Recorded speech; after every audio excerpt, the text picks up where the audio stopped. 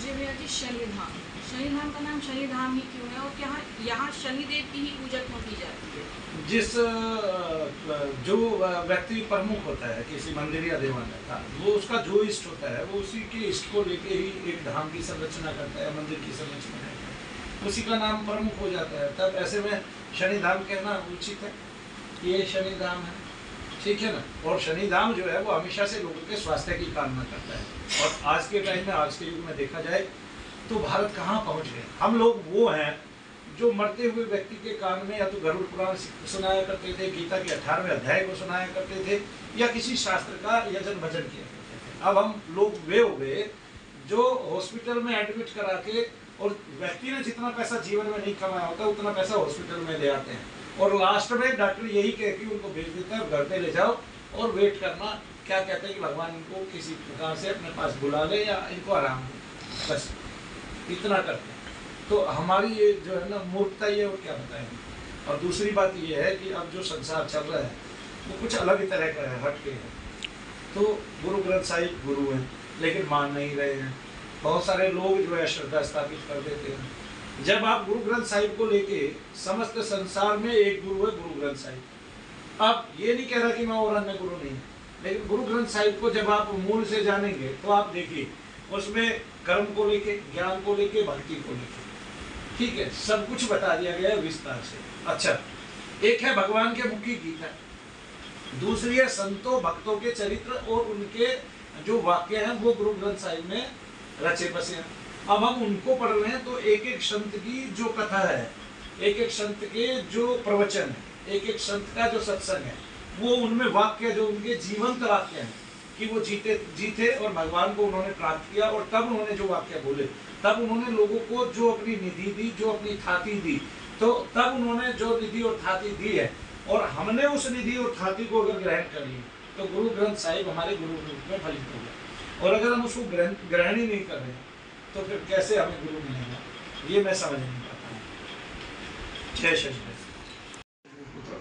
भैया जी, परम पूज्य भैया जी से हम ये जानना चाहते हैं कि आचार्य प्रशांत जो है वेदांत की बातें करते हैं लेकिन भूत प्रेतों को मानने से इनकार करते हैं और उसका परिहास भी करते हैं, तो आप उसके बारे में क्या कहना चाहेंगे? देखो, जो तब तो आचार्य शब्द ही फीका हो गया ना। वेदांत का मतलब है जो वेद का अंत है, और जो वेद का अंत है वहाँ पे यक्ष का बड़ा भारी संवाद है, अग्नि को लेके बड़ा भारी संवाद है, तृण मात्र को लेके बड़ा भारी संवाद है, ठीक है। नचिकेता की और उसकी कथा आती है, आत्मपरायण यमराज की कथा आती है। तो ऐसा व्यक्ति जो यक्ष के बारे में बता रहा है तो फिर यक्ष भी नहीं होते, भूत प्रेत नहीं होते, तो फिर हम वेदांत की सारी बातें झूठी मान ले। जब भूत प्रेत नहीं होते तो यक्ष कहाँ होंगे? हमने देखे हैं क्या? आचार्य प्रशांत ने देखे हैं क्या? तो इस समस्त संसार के भारत के कितने लोगों ने यक्ष को देखा है, बताया जरा मुझे। और किस महात्मा ने देखा, और किसके सामने खड़े होकर यक्ष ने जो है प्रश्न किए हैं। तो जब आप वेदांत की बातें करते हैं, गीता की बातें करते हैं, गीता में भगवान कृष्ण कहते हैं कि अर्जुन जो प्रेतों को भजेगा, प्रेतों को पूजेगा, वो प्रेतों को ही प्राप्त होगा। जो पितरों का यजन करेगा, पितरों को पूजेगा, वो पितरों को ही प्राप्त होगा। तब अर्जुन जो है वो अपना विराट स्वरूप दिखाते हैं, लेकिन मानव होकर। बहुत सारे लोग तो ये मानते हैं कि हमारी कपोल कल्पित जो है कल्पनाएं हैं, हम जो मूर्तियां बनाते हैं वो मानव जैसी कैसे हो सकती है? क्यों नहीं हो सकती? भगवान कृष्ण इतना बड़ा विराट उदाहरण है, बचपन से लेकर अलौकिक हैं। उनके शरीर से हजारों प्रकार की सुगंधियां चिटकती हैं, और उन सुगंधियों के वशीभूत होकर इस पृथ्वी के अलौकिक से अलौकिक पदार्थ भगवान ब्रह्मा जी तक खींचे चले आते हैं, और भगवान शंकर खींचे चले आते हैं। तब हम एक बात देखते हैं कि हमारा ईश्वर कैसा है कि पैदा हुए, जन्म के बाद जो है न तारे खुल गए, अलौकिक, ठीक है। कुब्जा जो है बिल्कुल, जिसको कुंभ निकला हुआ था उसको सीधा कर दिया, सुंदर बना दिया, अलौकिक दिव्य। तब जो है क्या कहते हैं, कंस उसको देख के जो है विस्मित हो गया। तब हम या तो सब कुछ माने या कुछ भी न माने, फिर अपने बुजुर्गों का, अपने ऋषियों का परिहास न करें। बताने के लिए बहुत सारी बातें हैं हमारे ग्रंथों में, पुराणों में इतना लिखा हुआ है भूत प्रेत के बारे में, कुछ हद नहीं। और सारे तंत्र ग्रंथों में, तंत्र एक व्यवस्था है, वो ग्रंथ है, उनको ना माना जाए। उनमें इतनी संस्कृत लिखी है कि इतनी बाहर लिखी है, तब हम, और इतनी गूढ़ार्थ है कुछ हद नहीं, तब उसमें सारा शब्द, सारी सृष्टि, सारा विन्यास लिखा हुआ है, हम क्यों ना माने उसको? जो भगवान शंकर के मुख से गाई गई, ये भी अलौकिक गीता है। ये भी तो भगवान ने जो गाया है वो गीत है, वो गीता है। तो भगवान ने वो भी तो गाया है जो तंत्र ग्रंथ है, तो वो नहीं गाए क्या? तो फिर हम अपने पूर्वजों को झूठा बताए कि हमारे पूर्वज ये झूठे हैं सारे के सारे, केवल आचार्य प्रशांत सच्चे हैं। तो आचार्य प्रशांत जिस दिन यक्ष का जिक्र करें उस दिन मुझे बताना। वेदांत में तो यक्ष की बात आ रही है, और जब यक्ष की बात आए तब आचार्य प्रशांत समझ रहे कि भूत प्रेत भी होते हैं अगर यक्ष होते हैं तो ऐसे पता नहीं कितने आचार्य आएंगे जो अपने ही शास्त्रों को झूठा बता देंगे। एक तरफ उसकी एक बात पकड़ लेंगे तो उसके उदाहरण देंगे, और दूसरी तरफ उसी की बातों को झूठा कर देंगे। भगवान कृष्ण कहते हैं तू पितरों को पूजेगा पितरों को प्राप्त होगा, प्रेतों को पूजेगा प्रेतों को प्राप्त होगा, देवताओं को पूजेगा देवताओं को प्राप्त होगा अर्जुन, और तू मुझे भजेगा मुझे पूजेगा अनन्य भाव से तो मुझे प्राप्त होगा। और साथ में ये भी कहते हैं कि तू जिसको भी पूज ले मैं उसमें आपकी अनन्य श्रद्धा स्थापित कर देता हूँ, उसी में आपकी श्रद्धा स्थापित कर देता हूँ। अब जल दे फूल दे पत्ते दे, ठीक है जी, कुछ भी मुझे अर्पण करो वो मुझे लगेगा। तो कहाँ अर्पण करो, कोई तो स्वरूप चाहिएगा, कोई तो विग्रह चाहिएगा, तब श्री विग्रह हम बनाते हैं। अर्जुन ने भगवान कृष्ण को देखा, उनकी अलौकिक छवि का वर्णन कर रहा है, तो हम उससे श्री विग्रह नहीं बना सकते। बनाया है लोगों ने, एक ऐसी विशाल मूर्ति बनाई है जहाँ पे भगवान विष्णु खड़े हैं और उनके हजारों शीश है। तो जो गीता में बताया वैसे ही शीश है। और प्रभुपाद जी महाराज की भी जो गीता है उसमें प्रथम मेरे ख्याल से वो चरित्राकलन करे, प्रथम तस्वीर को देखे, अंकन देखे, चित्रांकन देखे, तो वो वही है जिसमें भगवान विष्णु विराट स्वरूप धारण करके खड़े हैं। तो हम कैसा बनाए भगवान का स्वरूप, वो हमारे जैसे ही हैं।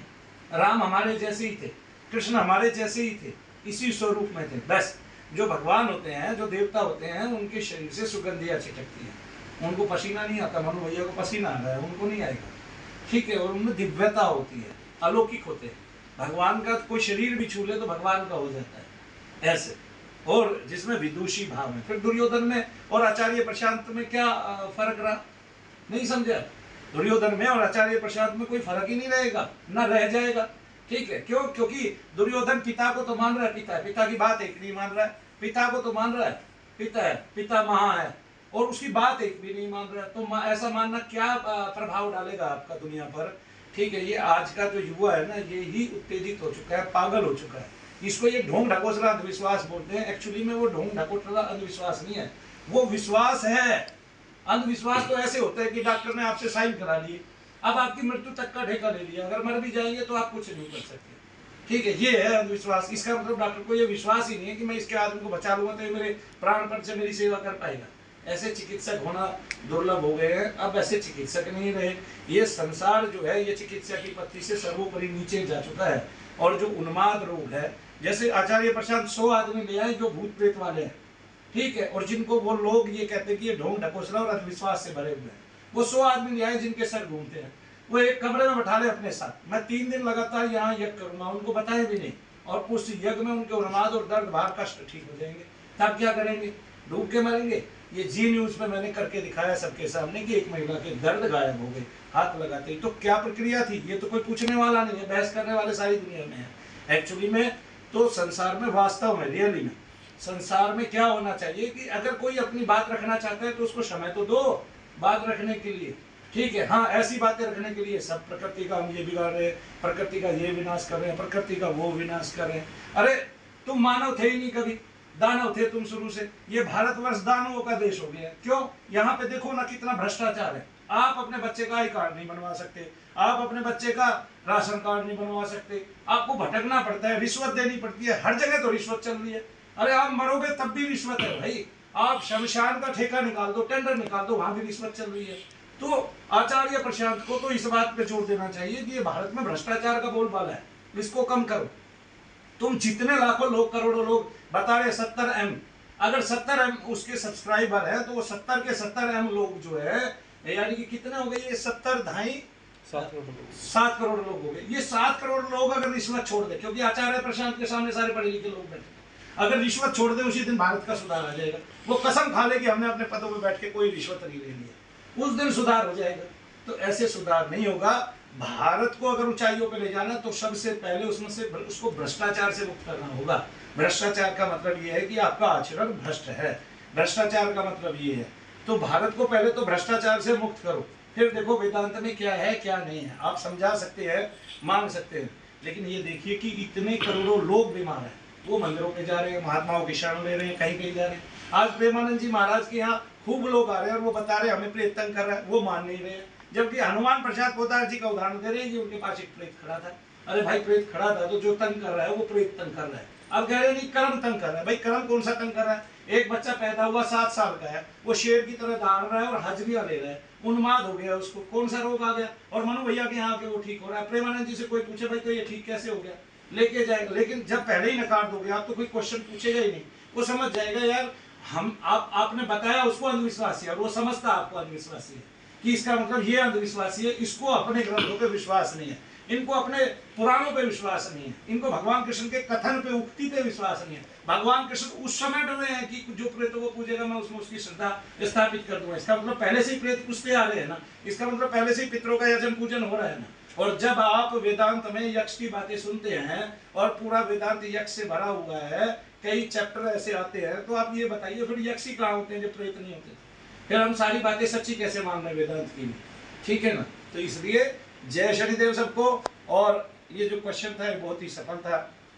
मेरे ख्याल से आज के युवाओं को समझना होगा कि मनु भैया जी असत्य नहीं बोलते हैं, फिर भी कोई कहीं भी किसी भी विषय पे किसी भी मंच पे मुझसे इस विषय में बात कर सकता है। मैं सरेआम सारी दुनिया को दिखा सकता हूँ कि प्रेत जो है वो होते हैं और सारे संसार में उन्होंने रोग कष्ट दर्द बढ़ाए हुए पूरे संसार के, और इसलिए लोग ठीक नहीं हो रहे हैं और डॉक्टरों का बोलबाला हो गया, परचम लहरा गया और हमारी जो चिकित्सा पद्धति थी वो खत्म हो गई, बिल्कुल नष्ट हो गई। अब इसमें आयुर्वेद पे कितने लोग विश्वास करते हैं? केवल दशांश, यानी कि भारत का 10% लोग ही आयुर्वेद पे विश्वास करता है, जबकि भारत में तो ऐसे ऐसे तत्व। मैं कल परसों किसी नेचुरोपैथी के डॉक्टर से मिल रहा था, वो बता रहे थे कि मुझे ये हैंकी देना, वो बता रहे थे कि मुझे जो है क्या कहते हैं, मैं जब भी ग्वार पाठा या कुछ बता रहे थे कि तो ब्लड आना बंद हो जाता है तुरंत, तो ठंडा हो जाता है और फिर उसके बाद दर्द भी खत्म हो जाता है। तब ऐसे ऐसे हमारे पास उपचार है, साधन है।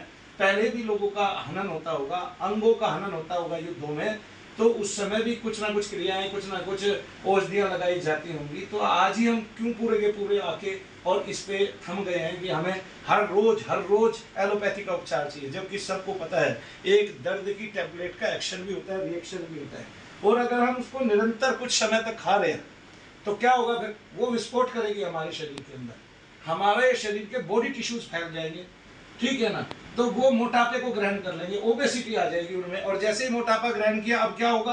अब आपको सर्वाइकल हो गया जी, अब आपको ये वाला रोग हो गया जी, अब आपको शुगर हो गया जी, अब आपको ये वाला रोग हो गया। इस भारत का कैसे भविष्य निर्माण होगा मुझे यही समझ में नहीं आ रहा। सब कुछ उल्टा पुल्टा हो गया, जिसकी अस्तित्व है उसी को नकार देंगे तो फिर कैसे? अरे भाई ऐसे तो अपने जन्म का होने का पता ही नहीं चलता। हमने जन्म लिया, किस माँ के गर्भ से जन्म लिया, हम किसको स्वभाव के कारण, भूख के कारण माँ कह रहे हैं, ठीक है ना। हमने देखा नहीं अपने आप को पैदा होते हुए। ऐसे तो फिर माँ बाप भी हमारे अपने नहीं है, तो माना ही क्यों? आपने देखा था क्या? क्यों माना? अगर इस भारत के युवाओं की बुद्धि भ्रष्ट होगी है तो मनु भैया की नहीं हुई है। वो सत्य को नहीं नकार सकते और सत्य को सबके सामने करके दिखा सकते हैं, बशर्ते सत्य चुभे ना। आप बताइए, मैं जी न्यूज पे गया, वहां 5 डॉक्टर मुझसे लिपट गए। अरे भाई बात तो करने दो, समझाने तो दो, तो क्या इसको प्रेत है? अरे तो भाई दर्द किस लिए निकल गया बताओ? आप अपनी माँ के पैर दबा के दर्द निकाल देंगे?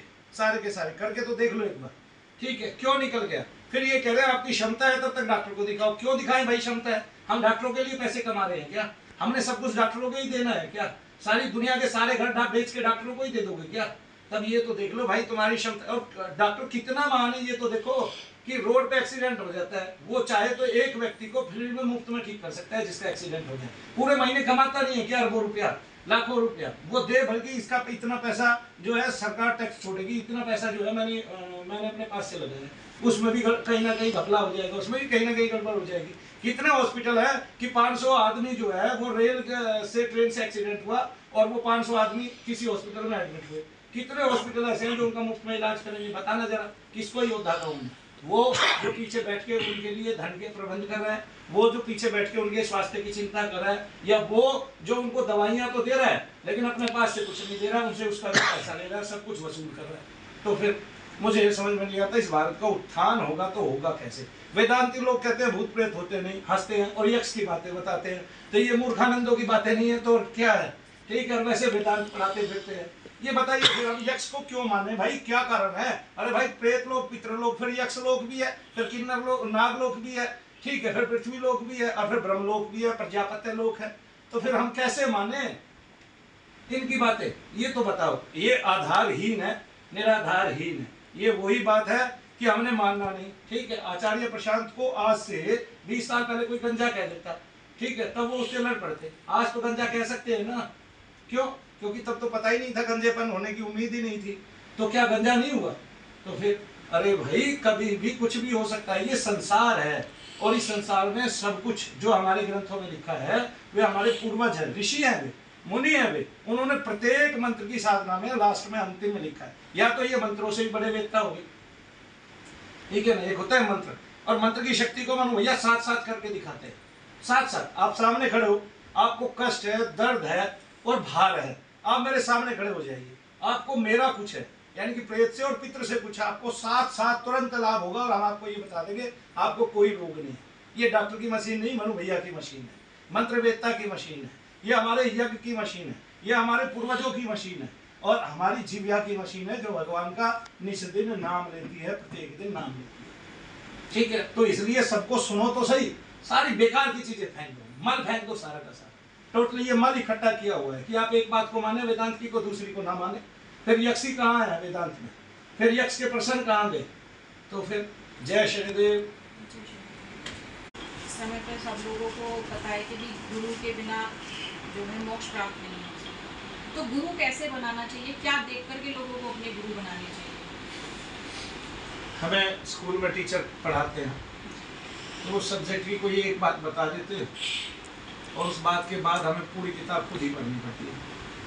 हमारे पास इंग्लिश का टीचर नहीं था, मैं ब्लूबर्ड की एक डिक्शनरी लेके आया, उसमें हिंदी टू इंग्लिश थी और उसको देख के मैंने जो है और पढ़ी, यानी कि इंग्लिश का विषय पढ़ा और मुझे कंफर्म हुआ, याद हुआ वो ग्रंथ उस टाइम में, वो पुस्तक उस टाइम में मेरे लिए गुरु थी।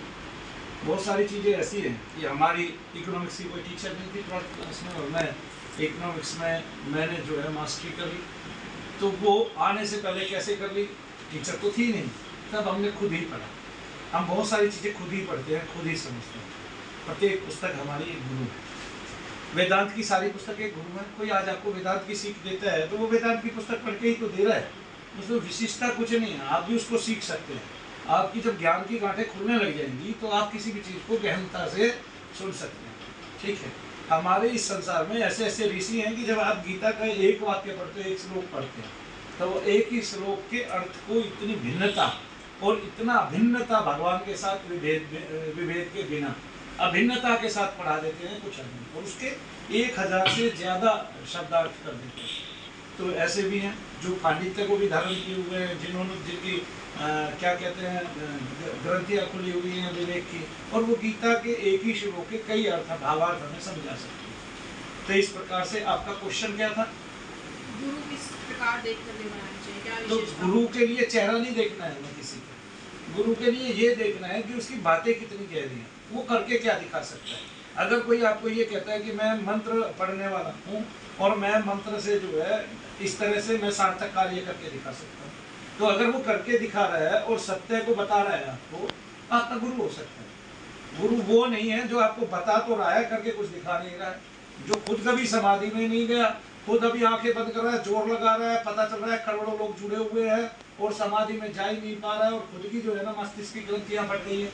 ठीक है ना, तो ऐसा गुरु नहीं हो सकता। कल्याण संसार में हमारा इसलिए नहीं हो रहा है क्योंकि भारतवर्ष में अकाल पड़ गया है, और भारतवर्ष में क्या है कि जिसको पसीना आ रहा है, बगलों से बदबू आ रही है, नाक में मल भरा हुआ है, कान में मैल भरा हुआ है, वो आदमी रच बस के सुंदर श्रृंगार करके बहुत सारी मालाएं डाल के वो खुद को अवतार बताने लगता है। इसके शरीर में से बदबू आती है जबकि देवत्व तो केवल सुगंधित है। ठीक है, इस आत्मा को भगवान प्यार करते हैं, इस शरीर में कुछ नहीं रखा हुआ मल के अलावा, ये मैं तुम्हें बता देता हूँ।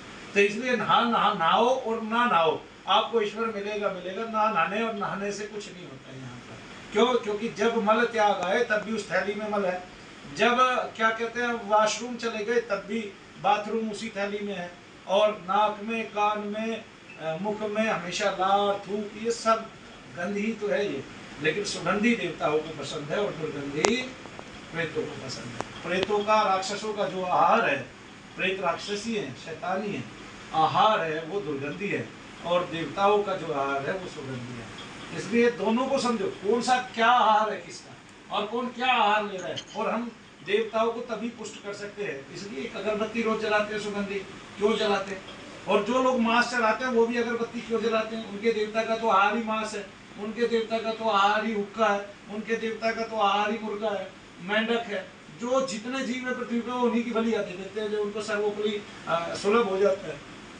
दीवार पे चिपकली चल रही है, जो ऐसे आहारी लोग होते हैं देवताओं को चिपकली दे देते हैं, कुछ नहीं देते तो, है ना, इस तरह से। जय श्री जानना चाहते हैं ये बलि जो लोग अपने भले के लिए जीव हत्या के रूप में बलि देते हैं, तो क्या वो भगवान स्वीकार करते हैं और क्या बलि देना सही है?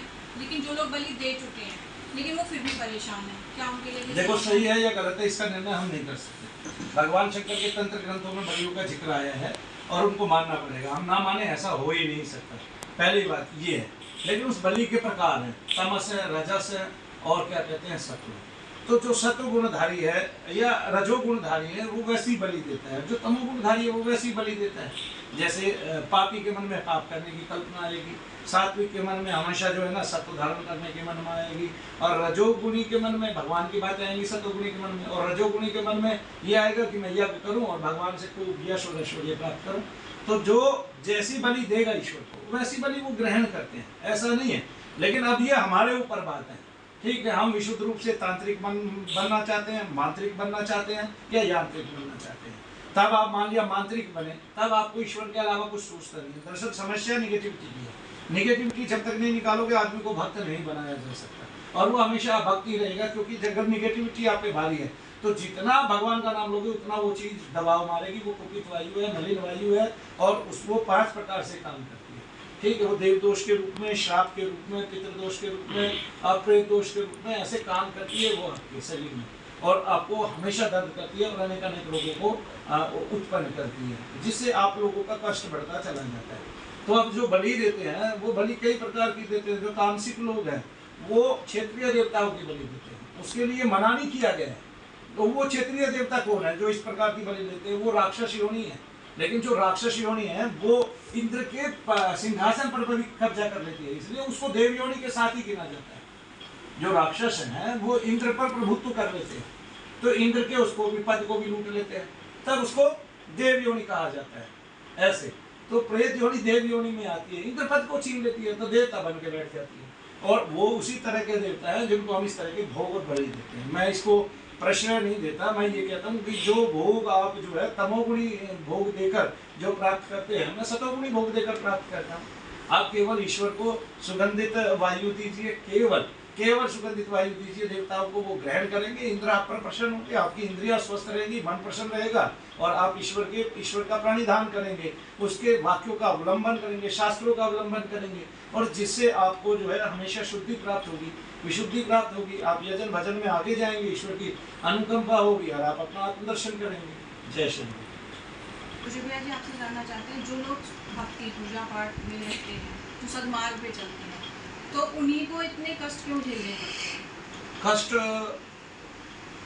पुत्री कष्ट जो होते हैं वे हम समझ नहीं पाते। हमें पितरों से कष्ट ज्यादा होते हैं संसार में। पितरों के लिए राजा भगीरथ ने 1000 वर्ष तपस्या की, और वो 1000 वर्ष तपस्या करने के उपरांत जो है गंगा जी को यहाँ लिखा है, वो गंगा जी में जब हम जाते हैं, किसी को पितृदोष होता है तो उनका शरीर ऊपर जाता है, किसी ने ध्यान नहीं किया, सबकी खुजलियाँ बढ़ जाती हैं, फोड़े फुंसियाँ हो जाती हैं, बहुतों को दर्द बढ़ जाते हैं गंगा जी में स्नान करने के बाद। वो उन्हीं को बढ़ते हैं जिनको पितृदोष है। अगर 1 लाख लोगों को स्नान कराया जाए तो आप देखेंगे उनमें से 1000 लोगों को कम से कम खुजली होगी और पित्त संबंधी रोग होंगे।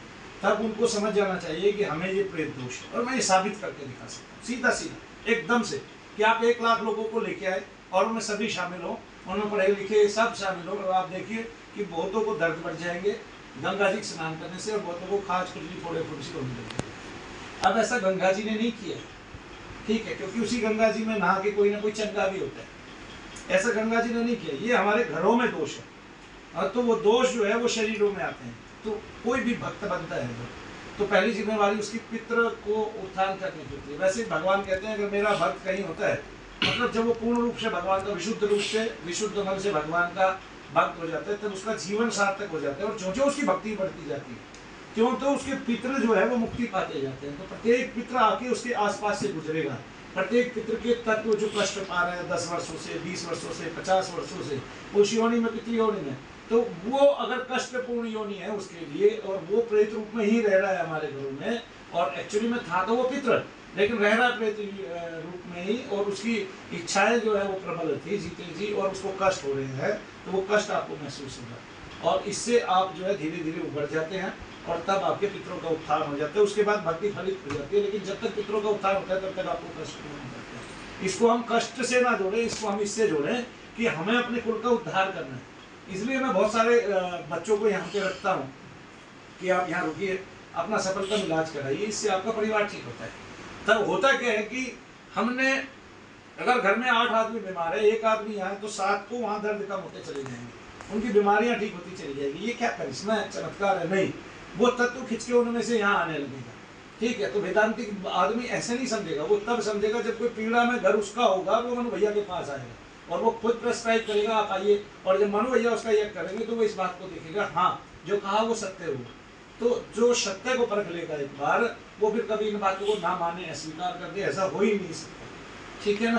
तो जय शनिदेव। सबको हमारी बातें अच्छी लगी होंगी, आप इसको प्राणपन से जो है ग्रहण करेंगे, और ये भी देखेंगे सत्य सत्य होता है, वो असत्य कभी नहीं किया जा सकता, और ये सब बातें सत्य हैं। भूत प्रेत एक सत्य है, वो असत्य बात ही नहीं कभी भी। प्रेतोन्माद अभी मेरे पास यहीं पे ग्रंथ रखे हुए हैं, ठीक है, और ऐसा नहीं है कि महात्मा बुद्ध ने इनको नहीं माना है। प्रेत वत्थु तो उनकी एक पुस्तक है, वहां पर रखी हुई है मेरे पास, और ऐसे जो है कई पुस्तकें उनकी हैं जहाँ पे प्रेत की कहानियाँ लिखी हुई हैं, और बोधि यानी कि बोधित्व प्राप्त, बोधिसत्व प्राप्त आचार्यों की हैं, और उनके मठों से जो प्रकाशित होती हैं और वो चलती हैं। ठीक है, आपने पीछे भी फियर फॉल्स में एक घटना देखी होगी जहाँ पर बौद्ध जो है वो एक लड़की के प्रेत को निकालते हैं, एक लड़की की माँ के प्रेत को निकालते हैं, वो विदेश से आती है और उसकी माँ उल्टे हाथ करके चलती है, और वो कैमरे में सारी चीज़ें रिकॉर्ड हो जाती हैं। तो एक्चुअली में अगर कथा है, और आपने देखा होगा फिल्मांकन में कुछ मनोरंजक बना दिया जाता है, लेकिन कथा तो थी तभी तो ऐसा फिल्माया गया, तो कोई ना कोई कहानी होती है जो हमें बताई जाती है। तो इस प्रकार से आप देखते हैं तो भूतों के प्रेतों के कई प्रकार के आकार हमें दिखाई दे जाते हैं, वरना तो ये मलिन तेज के रूप में, काले बिंदु के रूप में शरीर में स्थापित होते हैं। पहले कहीं कहीं घूमते हैं, फिर पूरे शरीर में दर्द रूप में बढ़ जाते हैं, पहले कहीं कहीं दर्द होता है, और उस दर्द को हम डॉक्टर को दिखाते रहते हैं, तब डॉक्टर उसका कोई पार नहीं पा सकता, और वो कभी जाता भी नहीं है। तब डॉक्टर उपाय करता रहता है, किसी को माइग्रेन बता दिया, वही दर्द घूमता रहता है। सर में आया माइग्रेन बता दिया, कंधों पे गया सर्वाइकल बता दिया, पेट में आया तो अनाम्य रोग बता दिए, और जब वो ठीक नहीं हुआ ऑपरेशन करने के बाद भी तो कहा आराम कर लो। तो ये सब चल रहा है भारत में, और ये भारत की तकदीर ही खराब है, क्योंकि संसार में सभी देशों में शैतान निकाले जाते रहे हैं, और भारत की जड़ यहाँ है। यहाँ पर हमारे ऋषि मुनि मनीषी सबसे पहले मंत्रों के द्वारा हमें क्या ज्ञात होता है, क्या प्राप्त होता है, उन सिद्धियों के साथ साथ में ये भी बताते हैं कि प्रेत और पिशाच का इससे नाश होता है, वो भयभीत होते हैं, आपके समक्ष वो उपस्थित नहीं हो सकते, ऐसी बातें भी बताते हैं। तब हम क्या माने, ऐसे में भ्रमित होते हैं, लेकिन जब हम मनु भैया को सुनेंगे, गौर से देखेंगे और करते हुए देखेंगे और वीडियो में देखेंगे, तब आपको पता चलेगा कि कोई व्यक्ति बहुत सत्य नहीं बोल सकता है, और उसके सत्य को आप आकर शनिधाम में परख सकते हैं। जय शनि।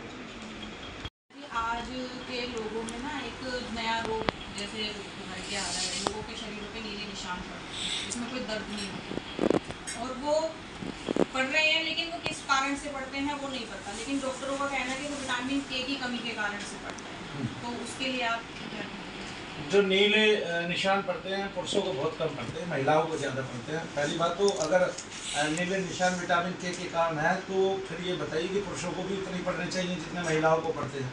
और फिर एक बात कि जो नीले निशान पड़ते हैं वो गर्दन पे पड़ते हैं, मुख पे पड़ते हैं, और आपकी जांघों पे पड़ते हैं, यहाँ से इस एरिया में इतने, तब वो आपके ऐसे अंगों पे क्यों नहीं पड़ते जो दिखाई दे रहे हैं? चेहरे पे बल्कि कम होते हैं, गर्दन पे दिखाई दे जाते हैं, और पैर में यहाँ से और यहाँ तक होता है। आप देखिए कि बहुत सारी माताएं बहनें ऐसी हैं कि जिनको उनके साथ गलत काम होता हुआ नजर आता है। कोई तो है ना जो ऐसा कर रहा है, कोई तो है ना जिसमें काम बचा हुआ है, कोई तो है ना जो काम के कारण प्रेत बना हुआ है, कोई तो है ना जो आपके साथ खिलवाड़ कर रहा है, कोई तत्व है जिसमें बाकी रह गया काम, क्रोध, मद, लोभ, मोह, मत्सर, अहंकार। ये गणेश जी जो हमारे देवता हैं उनको सर्वप्रथम इसलिए पूजा जाता है क्योंकि हमारे सबके शरीरों के अंदर काम, क्रोध, मद, लोभ, मोह, मद, मत्सर ये सब भरा हुआ है। गणेश जी ने कामासुर को मारा है, क्रोधासुर को मारा है, लोभासुर को, मोहासुर को, मदासुर को, मत्सरासुर को, अहंतासुर को, इन सारे असुरों का विनाश गणेश जी ने किया। इसका मतलब जो गम गकार स्वरूप जो बीज है वो आपको शांति तो प्रदान करता ही है, साथ में आपके दोषों का हनन करता है। और गणेश जी इसलिए गण कहलाते हैं भगवान के, और प्रथम पूजा जाता है कि अगर ये सारी चीजें कम हो जाए आदमी के शरीर से तो उसका मन स्वस्थ होगा और वो ईश्वर के ज्यादा करीब होगा। जय शनिदेव। समय पर सब लोगों को पता है कि भी गुरु के बिना जो है मोक्ष प्राप्त नहीं है, तो गुरु कैसे बनाना चाहिए, क्या देख करके लोगों को अपने गुरु बनाने चाहिए? हमें स्कूल में टीचर पढ़ाते हैं तो वो सब्जेक्ट की कोई एक बात बता देते हैं और उस बात के बाद हमें पूरी किताब खुद ही पढ़नी पड़ती है। हमारे पास इंग्लिश का टीचर नहीं था, मैं ब्लूबर्ड की एक डिक्शनरी लेके आया, उसमें हिंदी टू इंग्लिश थी और उसको देख के मैंने जो है कोर पढ़ी, यानी कि इंग्लिश का विषय पढ़ा और मुझे कन्फर्म हुआ, याद हुआ वो ग्रंथ उस टाइम में, वो पुस्तक उस टाइम में मेरे लिए गुरु थी। बहुत सारी चीज़ें ऐसी हैं कि हमारी इकोनॉमिक्स की कोई टीचर नहीं थी 12th क्लास में और मैं इकोनॉमिक्स में मैंने जो है मास्टरी कर ली, तो वो आने से पहले कैसे कर ली, टीचर तो थी नहीं, तब हमने खुद ही पढ़ा। हम बहुत सारी चीज़ें खुद ही पढ़ते हैं, खुद ही समझते हैं। प्रत्येक पुस्तक हमारी एक गुरु है। वेदांत की सारी पुस्तकें गुरु है। कोई आज आपको वेदांत की सीख देता है तो वो वेदांत की पुस्तक पढ़ के ही तो दे रहा है, उसमें विशिष्टता कुछ नहीं है, आप भी उसको सीख सकते हैं। आपकी जब ज्ञान की गांठें खुलने लग जाएंगी तो आप किसी भी चीज़ को गहनता से सुन सकते हैं। ठीक है, हमारे इस संसार में ऐसे ऐसे ऋषि हैं कि जब आप गीता का एक वाक्य पढ़ते हैं, एक श्लोक पढ़ते हैं, तो वो एक ही श्लोक के अर्थ को इतनी भिन्नता और इतना अभिन्नता भगवान के साथ विभेद के बिना अभिन्नता के साथ पढ़ा देते हैं कुछ आदमी, और उसके 1000 से ज़्यादा शब्दार्थ कर देते हैं। तो ऐसे भी हैं जो पांडित्य को भी धारण किए हुए हैं, जिन्होंने जिनकी क्या कहते हैं ग्रंथियाँ खुली हुई हैं विवेक की, और वो गीता के एक ही श्लोक के कई अर्थ भावार्थ हमें समझा सकते हैं। तो इस प्रकार से आपका क्वेश्चन क्या था? गुरु किस प्रकार देख कर बनाना चाहिए, क्या तो विशेषता? गुरु के लिए चेहरा नहीं देखना है हमें किसी का, गुरु के लिए ये देखना है कि उसकी बातें कितनी गहरी हैं, वो करके क्या दिखा सकता है। अगर कोई आपको ये कहता है कि मैं मंत्र पढ़ने वाला हूँ और मैं मंत्र से जो है इस तरह से मैं सार्थक कार्य करके दिखा सकता हूँ, तो अगर वो करके दिखा रहा है और सत्य को बता रहा है आपको, आपका गुरु हो सकता है। गुरु वो नहीं है जो आपको बता तो रहा है, करके कुछ दिखा नहीं रहा है, जो खुद कभी समाधि में नहीं गया, खुद अभी आंखें बंद कर रहा है, जोर लगा रहा है, पता चल रहा है करोड़ों लोग जुड़े हुए हैं और समाधि में जा ही नहीं पा रहा है और खुद की जो है ना मस्तिष्क की ग्रंथियां फट गई है। ठीक है ना, तो ऐसा गुरु नहीं हो सकता। कल्याण संसार में हमारा इसलिए नहीं हो रहा है क्योंकि भारतवर्ष में अकाल पड़ गया, और भारतवर्ष में क्या है कि जिसको पसीना आ रहा है, बगलों से बदबू आ रही है, नाक में मल भरा हुआ है, कान में मैल भरा हुआ है, वो आदमी रच बस के सुंदर श्रृंगार करके बहुत सारी मालाएं डाल के वो खुद को अवतार बताने लगता है। इसके शरीर में से बदबू आती है, जबकि देवत्व तो केवल सुगंधित है। ठीक है, इस आत्मा को भगवान प्यार करते हैं, इस शरीर में कुछ नहीं रखा हुआ मल के अलावा, ये मैं तुम्हें बता देता हूँ। तो इसलिए नहाओ और ना नहाओ, आपको ईश्वर मिलेगा मिलेगा, ना नहाने और नहाने से कुछ नहीं होता है यहाँ पर। क्यों? क्योंकि जब मल त्याग आए तब भी उस थैली में मल है, जब क्या कहते हैं वॉशरूम चले गए तब भी बाथरूम उसी थैली में है, और नाक में, कान में, मुख में हमेशा लार थूक ये सब गंध ही तो है ये। लेकिन सुगंधी देवताओं को पसंद है और दुर्गंधी प्रेतों को पसंद है। प्रेतों का, राक्षसों का जो आहार है, प्रेत राक्षसी है, शैतानी है, आहार है वो दुर्गंधी है, और देवताओं का जो आहार है वो सुगंधी है। इसलिए दोनों को समझो कौन सा क्या आहार है किसका, और कौन क्या आहार ले रहा है, और हम देवताओं को तभी पुष्ट कर सकते हैं। इसलिए एक अगरबत्ती रोज जलाते हैं, सुगंधी क्यों जलाते हैं, और जो लोग मांस चलाते हैं वो भी अगरबत्ती क्यों जलाते हैं? उनके देवता का तो आहार ही मांस है, उनके देवता का तो आहार ही हुक्का है, उनके देवता का तो आहार ही मुर्गा है, मेंढक है। जो जितने जीव है पृथ्वी पर उन्हीं की बलि आते देते हैं, जो उनको सर्वोपरि सुलभ हो जाता है। दीवार पे छिपकली चल रही है, जो ऐसे आहारी लोग होते हैं देवताओं को छिपकली दे देते हैं, कुछ नहीं देते तो, है ना, इस तरह से। जय शनि। मुझे लगा कि आज वर्तमान समय में हर किसी को किसी न किसी बात की परेशानी है, कोई ना कोई किसी न किसी चीज़ से परेशान है। तो क्या हर परेशानी का कारण नकारात्मकता ही होती है, या भूत प्रेत के कारण ही हर कोई परेशान होता है? नहीं, सारी परेशानियां नहीं हो सकती। देखिए, आधियाँ होती हैं, व्याधियाँ होती हैं। आधियाँ मतलब होते हैं मानसिक रोग, व्याधियाँ मतलब होते हैं शारीरिक रोग। इसके अलावा बहुत सारी पीड़ा है, किसी को पुत्र की पीड़ा है, किसी को कोई पीड़ा है, ठीक है। तो दैविक, दैहिक और भौतिक कई प्रकार की पीड़ाएं हैं, लेकिन इनमें से कई बार जो दैहिक और मानसिक पीड़ा है वो प्रेत से जुड़ी होती है, पितृदोष से जुड़ी होती है। तो हमें उसका समाधान करना है, हमें उसका आदर करना है और फिर उसको उसके हिसाब से ही निकालना है। और इसको निकालने में मंत्र शक्ति ही काम आएगी, इसके अलावा कोई काम नहीं आएगा। यज्ञ ही काम आएगा हमारा। मंत्र का मतलब ये है कि वो औषधि जो यज्ञ के माध्यम से हमें मिल जाए, ठीक है। तो वो यज्ञ के माध्यम से हमें मिलती है। हम कोई यज्ञ करते हैं, हमारा मन प्रसन्न होता है, हमारी इंद्रियां खुश होती हैं यज्ञ करने से, और अतिरिक्त बल हमारे अंदर आता है, तो हमारा मन बहुत ज़्यादा प्रसन्न होता है। तो उससे हमारी स्वच्छता छाई रहती है जीवन में भी। जो बाहर है एक्चुअली वही अंदर है। तो अंदर जब आँख बंद करते हैं तो जो आकाश अंदर दिखाई देता है वही बाहर है आकाश, ठीक है। वो ईश्वर की प्राथमिकता है। वहाँ पे जो तेज है वही आत्म सूर्य अंदर है, वही आत्म सूर्य बाहर है। तो वो बाहर दिखाई देता है, वो भगवान का आत्मा है, वो सर्वात्मा है। कौन कहता है वो सर्वात्मा नहीं है? तो सारे कण, सारी ऊर्जाएं उसी से निकलती हैं, सारे रंग उसी से निकलते हैं। वो ना हो तो किसी को रंगों का पता ना हो, ठीक है। इंद्रधनुष देखते हो ना, तो कौन है ऐसा जो ये कमाल सब दिखाता है?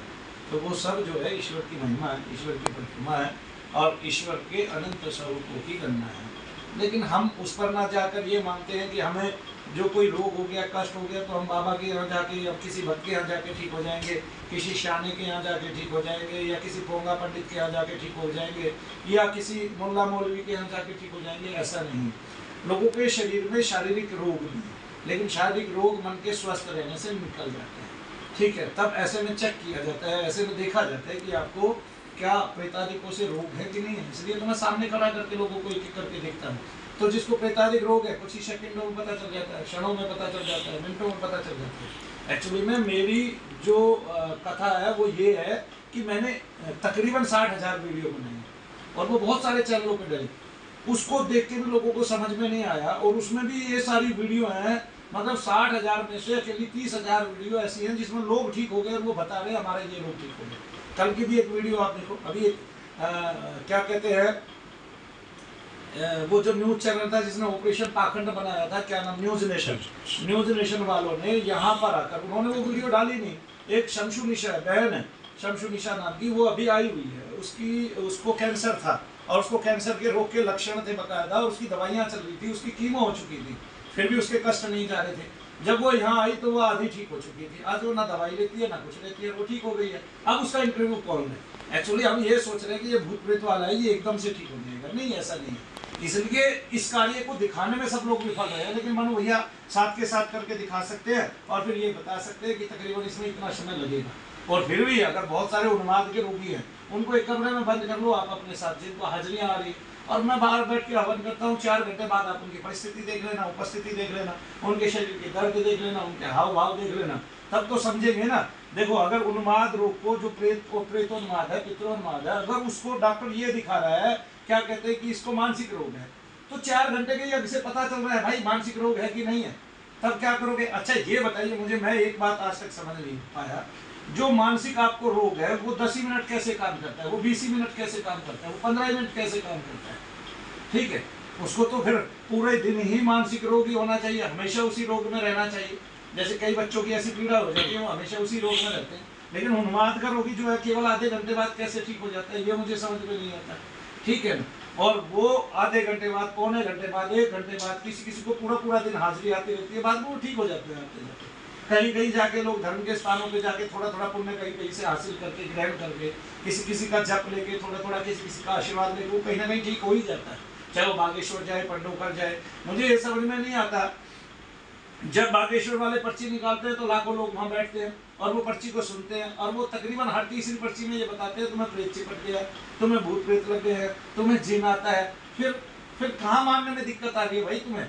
हमने ये बात तय कर दी और मैंने इतना जोर दे दिया है इस पर कि कोई कहता है भूत प्रेत नहीं होते तो भाई मेरे पे केस कर ले, हाँ मैं दिखाता हूँ तुझे। कोई कहता है ये जितने दर्द हैं ये सारे के सारे डॉक्टरों के, आओ केस करो, और फिर मेरे ऊपर डॉक्टर केस करे, मैं करके दिखाऊंगा सारी दुनिया के सामने, मैंने जैसे जी न्यूज़ पे किया।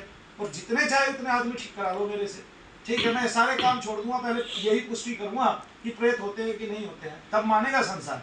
इस संसार ने एक्चुअली में बेटा ये माना हुआ है कि जितने प्रेत होते हैं वो तुम्हारे आकार के हैं और वो स्थूलाकार है, नहीं समझे? भाई सब सूक्ष्म शरीर को मानते हैं, एक डिवाइन आत्मा को मानते हैं।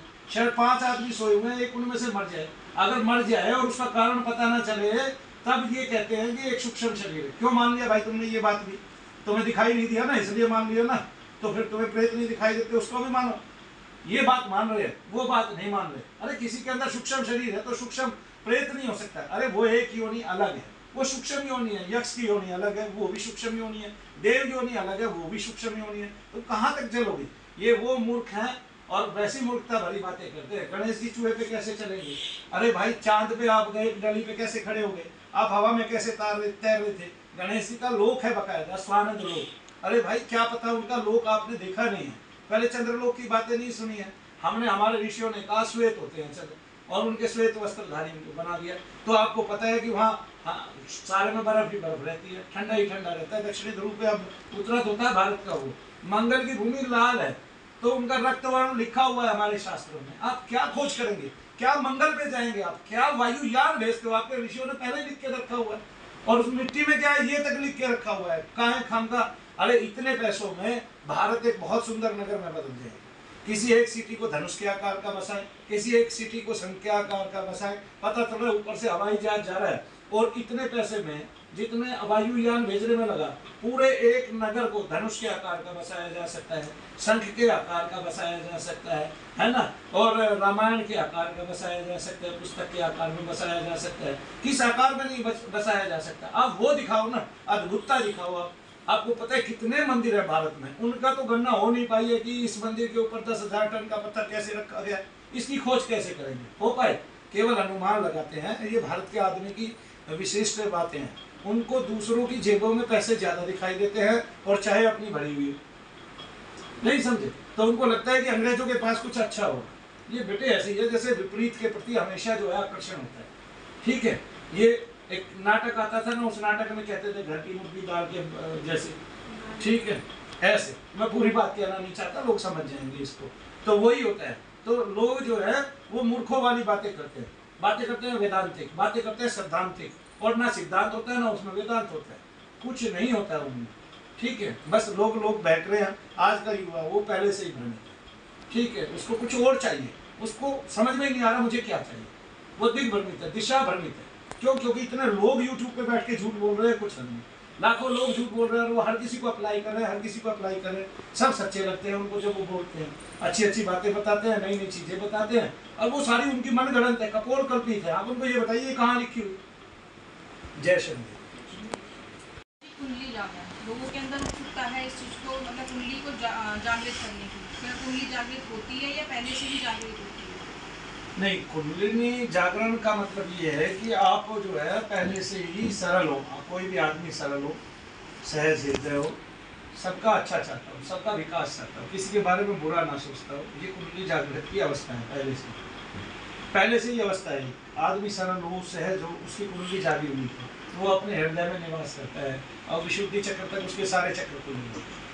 ठीक है, जिसमें वक्रता है, टेढ़ापन, ठीक है, जो बदमाश है, जो निरा मूर्ख बनाता है लोगों को, और जो क्या कहते हैं अपनों को ही ठग लेता है, और जो वाचाल है, धूर्त है, और जो अपनों को पंगु बना के रखता है, वो व्यक्ति जो है वो कभी भी कुंडलिनी जागरण क्या किसी भी प्रकार के किसी भी देवता को प्राप्त नहीं कर सकते। आप कुंडलिनी जागरण आपने करानी, आप धूर्त थे, मूर्ख थे, आपने दुनिया की धोखा दिया है, आप किसी गुरु के पास चले गए, उसने अपनी शक्ति बल लगा के जो आपको थोड़ा बहुत महसूस करा दिया। अगर उसके मन में आ जाए तो उसका देवता जो है वो आपके अनुकंप पाता है। लेकिन जब तक आप इन कार्यों को नहीं छोड़ेंगे तब तक कोई कुंडलिनी जागरण होता नहीं है। जो बैठे हैं वही लोगों को मूर्ख बना रहे हैं, तो फिर वो उनकी ही जागृत नहीं होती है। ठीक है, वही वाचाल हैं, वो धूर्त हैं, वो मूर्ख बना रहे हैं लोगों को उल्टा। ठीक है, कि मैं ईश्वर हूँ, मैं शिव हूँ, मैं शिव लोक से आया हूँ और मैं ये कर रहा हूँ, और शिव वाली एक भी बात नहीं। ठीक है, तब जिसमें ममत्व नहीं है, जिसमें प्राणत्व नहीं है, और जो अपनी वायुओं को समान नहीं रख सकता, और जिसमें मनोबल नहीं है, जिसके संकल्प बहुत ढीले हैं, आगे ऐसा व्यक्ति का कुंडलिनी जागरण कभी हो नहीं सकता। और कुंडली जागरण चाहिए तो फिर पता चले कि जापान में जितने लोग हैं उनके तो नीचे के चक्रों में वास ही नहीं है। उनमें काम पहले से ही कम है, क्रोध पहले से ही कम है, लोभ पहले से ही कम है, वे देश के लिए काम करते हैं। एक छोटा सा देश है इजराइल। इजराइल को आपने सुना होगा। हमारी 1 साल पहले की मेरी आप सब लोगों से हाथ जोड़ के गुजारिश है, हम कोई भविष्यवाणी नहीं करते, लेकिन शनिदेव महाराज ने हमें 1 साल पहले इजराइल के बारे में क्या दिखाया है, ये हमारी वीडियो है, या तो 7-8 महीने पहले किया या 1 साल पहले किया। वो वीडियो आप जरूर देखना, तब आपको पता चल जाएगा कि ईश्वर जो दिखाते हैं वही होता है। ठीक है, उसमें एक प्रमाण है ये बात देखने का। ठीक है, हम भविष्यवाणी नहीं करते ना, भविष्यवाणी कुछ होती है, मैं मानता भी नहीं इसको, लेकिन अगर आपको ईश्वर ने कोई स्वप्न दिखाया है तो उसका एक अर्थ है, वो अर्थ मैंने आप लोगों को लगा के तब बताया है, और उस अर्थ को आप देखेंगे तो जो आज इजराइल के साथ हो रहा है और जैसा इजराइल है उसको वैसा ही पाएंगे मेरी भविष्यवाणी को। तो वो आप देखिए जरूर और सोचिए कि भगवान जो है, क्योंकि मुझे कोई भी एक आध सपन आता है तो वो सत्य रहता है, सत्य सपन नहीं आते हैं मुझे। पहली बात तो अब सपन यही नहीं आते हैं, और कोई एक आएगा तो वो सत्य ही आएगा, असत्य कुछ नहीं आता ऐसे। तो जो हम देखते हैं इजराइल को, वो सारे के सारे लोग जब युद्ध होने लगा तो अपने देश में वापस लौट आए, और वो कमा के लेके आते हैं बाहर से भी, और देश में रह के मेहनत करके अरबों खरबों डॉलर कमाते हैं, और उसको फिर अपने शत्रुओं को नितांत शांत करने के लिए कार्य करते हैं। अब देखिए उनका सारा बल, सारा संकल्प एक ही चीज पे, एक ही विषय पे लगा हुआ है कि किसी तरह हम शत्रु को परास्त करें, हम जंग के मैदान में उतरे, और उनके वैसे ही प्रयास है। अगर वहाँ की भूमि उरु है, यानी कि मरुभूमि है, वहाँ की मरुस्थल रूप में है, तो उन्होंने वहाँ पे घास उगा दी सारे पे। तो क्यों उगा दी? उनके संकल्प वैसे थे। एक साथ लाखों संकल्प अगर किसी कार्य के लिए चल पड़े, अच्छे कार्य के लिए, तो वो बहुत अच्छा है। जैसे बागेश्वर धाम के पीठाधीश्वर जो है, उन्होंने एक अच्छा संकल्प लिया और ये किया है कि जाति पाति पूछे नहीं कोई, हरि को भजे सो हरि को होई, कि सभी ईश्वर की संतान है, सब समान है, और हिंदू जो है उसमें कोई जाति नहीं है। तो इसलिए सब हिंदू बन जाओ, सब भारतीय बन जाओ, सब भारतवर्ष के हो जाओ, सब आर्य बन जाओ, अनार्य ना रहो, अहिंदू ना रहो, है ना, और अभारतीय ना रहो। तो भारतीय बनो और देवत्व को प्राप्त करो। सब लोग जो है वो जाप करने में, भगवान का नाम लेने में सभी ओर से सुलभ है। तो कोई भी ईश्वर की शरण में जाएगा वो ईश्वर का हो जाएगा। और ईश्वर की शरण में वाल्मीकि जी गए। हम क्यों जाति पूछी वाल्मीकि जी की? हमने तो किसी ने नहीं पूछी, वो मनु भैया के भगवान। आगे जिनके हृदय में राम रहते हैं वो वाल्मीकि। आज वाल्मीकि समाज इतना बड़ा है, आप देखिए कितने लोग जिस कार्य को छोड़कर वो वाल्मीकि हुए, ठीक है ना। और तब करके वाल्मीकि बांबी उनके ऊपर बनी थी, तब वो वाल्मीकि हुए रत्नाकर से, और उनके नाम के सामने क्या आता था, और तब वो भगवान हुए हमारे। आज उसी कार्य को करके वो लोग वाल्मीकि हैं कि जो कार्य उन्होंने छोड़ दिया था वो उसको आज भी कर रहे हैं, और वो वाल्मीकि कैसे हो सकते हैं? मैं तो ये मानता हूँ। तो सूखा ढिंडोरा पीटने से काम नहीं होगा। आप किसी को हरि का जन कहो और वो हरि के निकट ही ना हो तो क्यों कहो? मेरा तो कार्य ये है, मुझे तो करके दिखाओ भाई, मुझे करके देखने में आनंद आता है। मैं कर्मी हूँ, सवेरे खड़ा होता हूँ। और इसी प्रकार से अगर आचार्य प्रशांत को भी आप सवेरे से लेकर रात तक खड़े करोगे तो एक दिन में पता चल जाएगा सारा वेदांत क्या है, अगले दिन में नहीं पता चलता है। लोग ईश्वर के विश्वास की बात करते हैं, मैं अपने विश्वास की बताता हूँ। मैंने यहाँ पर अपने लिए 4 लोग रखे सुरक्षा के लिए, वो तब भी मेरे साथ नहीं रहते थे, फिर भी 1-2 आदमी पीछे खड़े रहते थे, और कई आदमी गिर जाते थे। मेरा कार्य ऐसा है, सीधे सीधे खड़े खड़े गिर जाते थे, तो उनको संभालने के लिए भी थे। एक महिला लड़की भी थी, उनको संभालने के लिए मुझे वो हटाने पड़े। अच्छा नहीं लगता था, आदमी मुझसे मिलने आए और वो उनको रोके, तो मुझे वो हटाने पड़े, है ना। जिसको ईश्वर पे विश्वास है उसको किसी की आवश्यकता नहीं है, ईश्वर उसकी खुद रक्षा करता है। अगर आपको ईश्वर पे विश्वास है, प्रहलाद की कथाएं आप सुनाते हो तो प्रहलाद बन जाओ ना भाई। कहाँ 10-10 जो है काले कोट वाले आपको चाहिए आत्मरक्षा के लिए? कहाँ चाहिए? और कौन सी आत्मरक्षा? आत्मा की कोई रक्षा कर सका है क्या? आत्मा का ना कभी हनन हो सकता है, ना होगा। ना आत्महत्या कभी की जा सकती है, ना कभी कोई कर पाएगा। तो इसलिए शरीर की हत्या कोई भी कर दे, शरीर को कोई भी मार सकता है, लेकिन आत्महत्या कोई करा नहीं सकता, और ना आत्महनन करा सकता है। इसलिए निर्भय रहो, ईश्वर की शरण में रहो, ठीक है। जाको राखे साइया, मार सके न तो बाल लंबा का कर सके, जग जो वैरी हो। अभी भी आपने देखा होगा एक एरोप्लेन गिरा है, उस एरोप्लेन में एक व्यक्ति बच गया, इसका मतलब उसको बचाने वाला बड़ा है, उसकी क्षमता अधिक है। उसने ये दिखाया है कि वो प्रहलाद को तो कहीं से भी बचा लेगा। ऐसे नहीं है कि वो बाकी के जो हैं वो प्रहलाद नहीं थे, लेकिन समय पे जिसके मुख में भगवान का नाम होगा, ये तो बता ही नहीं जा सकता ना किसके मुख में भगवान का नाम है, और कौन किस समय कितना याद कर लेगा, और उस पर जब आपत्ति पड़ेगी तो वो उसके मुंह से कितनी पीड़ा में भगवान का नाम निकलता है, ठीक है ना। हे राम भी सबको ये नहीं कह सकते मरते हुए, तो वो पीड़ा जो है, और उस पीड़ा में जो पुकारना है, और जो हमारे तेज है, आशीर्वाद है माता पिता के, वो हमें बचाए रख सकते हैं, और कहीं से भी बचा लेंगे, कितने ही लोगों के साथ से बचा लेंगे, ठीक है। तो हम इसमें कर्म का क्या कहें, उस साइड तो सब वहाँ बैठे ही थे, सब उसमें एक हवाई जहाज में गए थे, फिर एक आदमी का बचना उत्तम कथन। प्रहलाद को भगवान ने कहाँ से नहीं बचाया, मुझे ये बताइए। आप प्रहलाद की कथाएं सुनाते हैं, आप भगवान के भरोसे रहिए भाई, मरेंगे तो कोई जिला नहीं सकता मरने वाले को, और ना मरने वाले को कोई मार नहीं सकता कभी भी। इसलिए भगवान जो है अर्जुन को निर्भय करके उसको पूरा वेदांत समझाते हैं, पूरी कथा समझाते हैं, वो भगवान के मुख से निकला हुआ है गीता, उसमें भूत प्रेत का समर्थन है, भूत प्रेत की बातें हैं, पितृदोष की बातें हैं, और उनके यजन की बातें हैं, और भगवान कहते हैं उनको जब तू पूछता है तो मैं उसी में तेरी श्रद्धा करता हूँ। भगवान इस चीज़ से भी जो है चिंतित है, लेकिन आज जो है इसका बोलबाला मर गया है, लोग पूछ रहे हैं, ऐसी चीज़ों को कर रहे हैं, लेकिन इसका मतलब ये नहीं है कि भूत प्रेत नहीं होते। फिर भी जिसको भूत प्रेत देखने हैं वो मेरे पास आ सकता है, ये ढोंग नहीं, ढकोसला नहीं, मेरे पूर्वजों की बातें हैं, मेरे पूर्वजों की कथाएं हैं, हमारे पुराण है, हमारे वेदांत है, हमारे ग्रंथ है, ठीक है। साक्षात किसी को देखना हो यहाँ आ जाना, लेकिन उसका आकार लेके बताना।